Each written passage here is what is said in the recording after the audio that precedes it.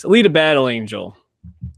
Robert Rodriguez, your guy. No, not your guy. Sin City though, Sin City director from Dusk Till Dawn. More importantly, Spy Kids. He's done some films. This was kind of in production hell for a while. It was supposed to come out early 2000s. Had a director, didn't have a director. Just really had a lot of issues. Finally, James Cameron got behind it, helped write it and produce it, and it came out this past weekend. And what did you think? Good, bad, in between? Yeah, James Cameron, he was the one who first really proposed it, but he chose Avatar. That's really the reason it didn't get made, which is kind of interesting.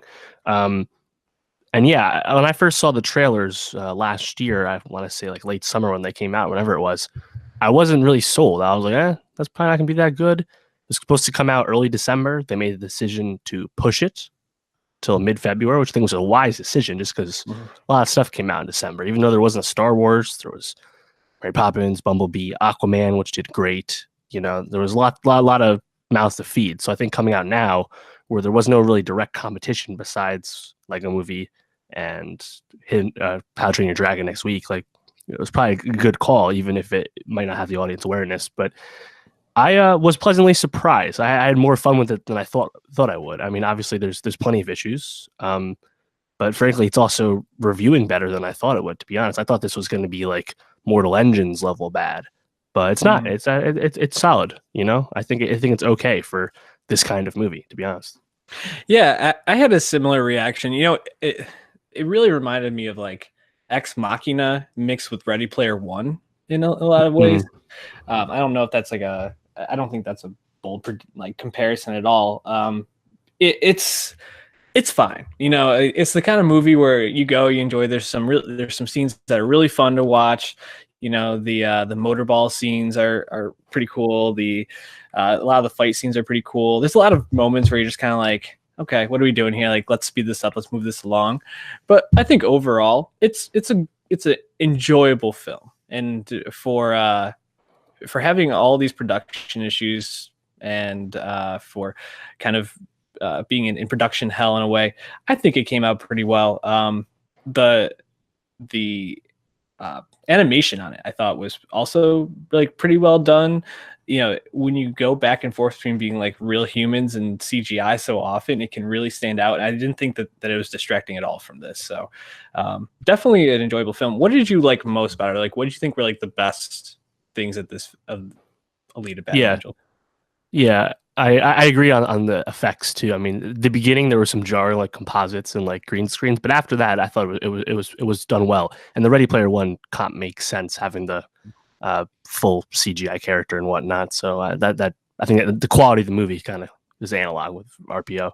But yeah, I thought the action scenes, whether motorball or just the fights, are definitely the best part of it. I mean, the world building's done really well, setting up the Iron City and Zalem, the city in the sky, whatever. I think they do that kind of well. Obviously, there's a lot of exposition in the beginning. That's whatever. That's what you expect with these kind of dystopian cyberpunk films. They're just gonna drop all their cards right away and just tell you a bunch of info dumps, right? But there's no guns in Iron City, which actually makes the fights more visceral because it's all fists and swords and shit. So I thought the action was a lot of fun, especially once Alita realizes her powers and whatnot.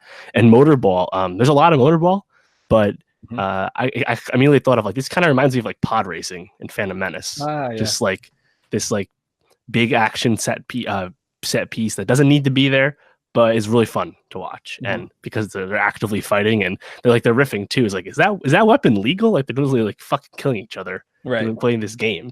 And it's what are the rules for motorball? Nobody cares about the rules. They're just there to watch you get fucked up. So I was trying to figure that action overall is the best. I was how do you win this? You put something in the scrimmage or whatever they described it as. They put that thing in the hole. Yeah. It's basically basketball, but also roller derby. But all of a sudden, when you get to the main stage, it's no, you just fuck each other up. You're just trying to kill each other. Have the ball when you cross the line after doing the lap, I think is what happens. That one guy wins, you see, before she's racing. I think that's how he won. Doesn't matter. Sure. It doesn't matter, but it's definitely strange. One before we continue to talk about the things that are good, with the animation, especially for Alita, and the counterparts that she had in the flashback, similar to her. Why are their eyes so big? Is that a shout out to I can't remember if it's Chinese or Japanese. Yeah, The what it came from. yeah, it's based off a Japanese manga. I was not familiar with the property Yeah. at all until I saw this trailer. But yeah, it was called Battle Angel Alita. And it ran Mhm. from 1990 to 1995. So not like the most prolific manga, that's for Mhm. sure. Um, yeah, that was the initial point of contention when we first saw the first trailer. The eyes are actually slightly bigger in the first trailer, and a lot of people said that it was like a pseudo like weight washing thing. Now in the manga, it's not in a Asian world. It's actually set in like dystopian Kansas. You saw in the movie the bar was called Mhm. Kansas, right? But by doing the big eyes are like a trope in anime with female characters and manga as well. And there was some talk that they were making the eyes bigger to try and give Alita like subtle Asian features. It's a bit of a walk, but either way, they made the eyes a little smaller. And I Mhm. think the big part of concern, people were like, regardless of how you feel about that, will these eyes be distracting in the movie because they're just bigger? You know, Mhm. especially when you see her next to Christoph Waltz with normal sized eyes. Uh, and I was actually didn't really notice them at the end. I actually thought she was like really beautifully animated. So Mhm. uh, I was surprised about that. But yeah, did you find them jarring after the movie got going? I didn't think it was jarring. I just always kept noticing. I was like, "What's the point of these?" Like, I didn't know if maybe it was related to her being this like cyborg that is, like this warrior. So like having bigger eyes in some sense like was an advantage. Um, there was a lot of different things I was speculating on. I also kind of figured it was probably a callback to like anime culture in some sense because a lot of times Yeah. like people are animated bigger eyes in those. So uh, I didn't think it was terrible either way. Just something kind of stood out. You mentioned Christoph Waltz. How did you feel about his performance in this? It's a pretty Yeah, I big kind role. of I kind of think about him the same way I think about Mahershala as a Vector. They're overqualified for these roles. You know, they're in this movie for the bag. That's about it. Hmm. And I thought they both have a solid floor for acting. You know, Hmm. obviously neither of them is trying all that hard, but it's still fine. It's good enough. I also felt the way about Jennifer Connelly, who I did not know was in this movie until the movie started. And she walks in or stops on the street, and I was like, "The fuck." She's in. I didn't know she was here. I mean, maybe she was in one of the trailers I did not know or remember. So Hmm. yeah, they're overqualified. And spoilers, you see who's playing the big bad who they just tease in this movie, Nova, is played by Ed Norton. Like, what the fuck?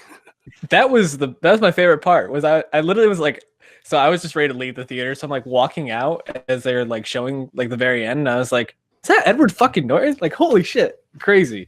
I thought it was a good reveal. He's not even credited in the movie, which Nope. is I think cool that they're teasing that. I'm suspecting this will probably be like what, like a trilogy of some sort, maybe. Well, that's the issue. And speaking of cameos, Michelle Rodriguez is the voice of one of Alita's warrior comrades in the Mhm. flashback scene. Um, the thing about that's kind of an issue with the film is that it so obviously teases future films. Mhm. You Nova has a presence throughout the movie when he does like that seeing through the contact lens, whatever implant they have, whatever, right? He's throughout as a big bad. So is the city in the sky. Yet once like Act Two is about halfway done, I'm like, yeah, we're not going there. There's no way. There's no time. And I think that's probably the issue with the screenplay is that it kind of just gets really messy with this kind of stuff. And they're Mhm. obviously setting up and doing, and the world building strong, but it's kind of getting in the way of this one movie itself. The Mhm. problem is this movie is projected not to make enough money. Um, they're we're recording this before the weekend's done, so we don't actually know the opening weekend, but it was projected to be like mid 20s. This movie caught $170 million budget before marketing, so it's Yikes. going to need China to save it and have any hope of a sequel. And I guess it's kind of disappointing because I think it's definitely good enough that there's should be an audience for this movie. There's an audience for Ready Player One. I think there should be an audience for this. But I think it's an awareness issue. I mean, they were talking about this bombing for a while, but I don't know. I mean, if this is all we get, it is going to be disappointing when they spend so much time and capital in the screenplay on setting up movies that aren't going to get made. Well, especially because I feel like Rosa Salazar, who plays Alita, gave a really strong performance. Especially because this scene, I mean, she's been in movies in the past, and most recently she was in the Bird Box movie on Netflix. But I think that she really carried the film. I mean, she's obviously on the screen the most. The story runs through her character. But I thought Christoph Waltz and Mahershala both gave pretty middling performances and were really underutilized. Christoph Waltz, my favorite part was just every time something really bad was about to happen to him, he just kind of like stared at the person like he was just going to get like murked. He just like, and then Alita just comes in and kicks, I mean, kicks butt. what's he staring at when he's actually acting? Probably nothing. True. Good point. Also give him that big hammer. I'm sure it's just something in like the original story, but like give him a different weapon, like something a little more agile. I don't know. Think that through, Dr. Ito, whatever. I don't know. Use your noggin.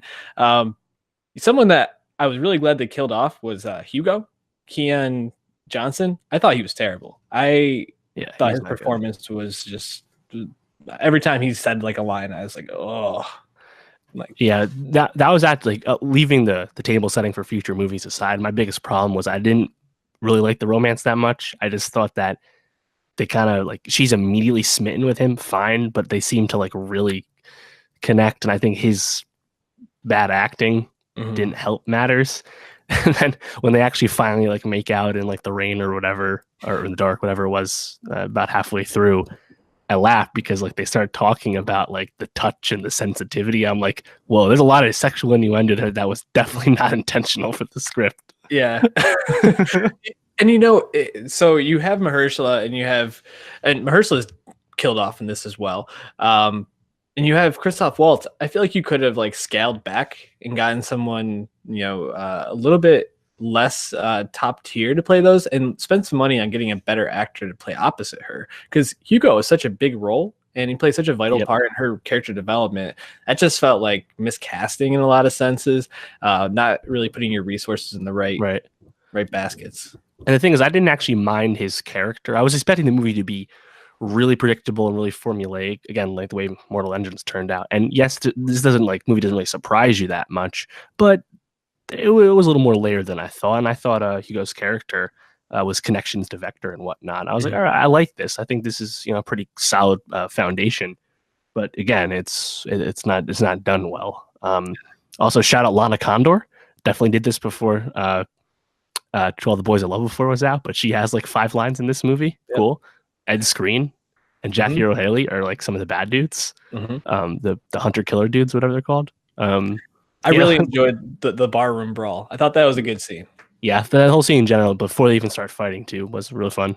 Yeah, there's a lot to like about this. I really hope it gets a sequel because I look at like Hunger Games in this, and I don't really see that much of a difference. I think the first Hunger Games is probably a better movie, and you have Jennifer Lawrence like taking off as a star at that point.